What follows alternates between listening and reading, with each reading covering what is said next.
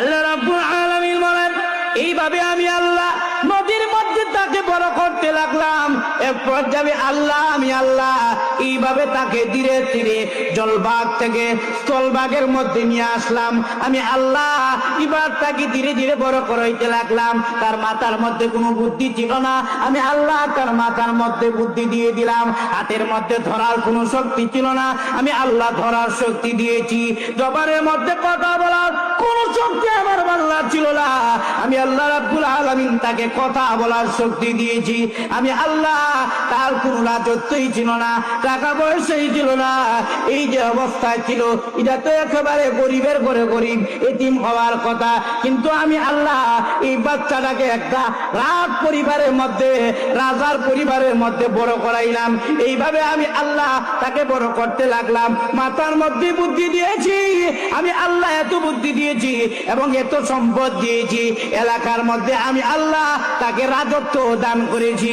এরপরে আমি আল্লাহ রাব্বুল আলামিন এলাকার বাদশাহী তাকে দান করেছি। আজরাইল জানতে চায় আমি আল্লাহ যেই বান্দার প্রতি এত মায়া হইলাম, যেই বান্দাকে এত মায়া করলাম, ছোটকাল থেকে নিয়ে আমি আল্লাহ এত বড় করলাম, এবার বলো তো এই বান্দাটা আমি আল্লাহর প্রতি কেমন শুকরগুজার হওয়ার কথা ছিল।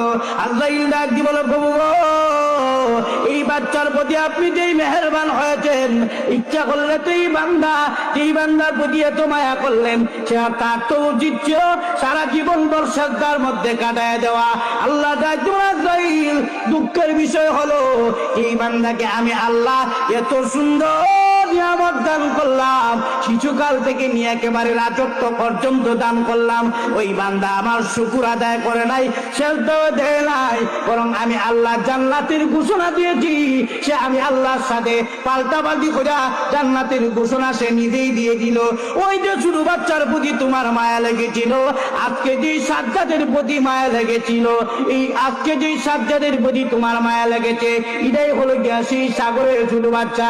আজরাইল ডাক দিল, প্রভু যে বান্দাকে এত কিছু দান করার পরে আপনার অবাধ্য হইয়া আপনার সাথে পাল্টাপাল্টি জান্নাতের ঘোষণা দে, আল্লাহ আগে যদি জানতাম সেটাই হলো সেই ছোট বাচ্চা, এই সাজ্জাদই হলো সেই ছোট বাচ্চা, তাহলে কবরে আনার সময় আরো জাতা জুতা দিয়া কবরে লইয়া যাও।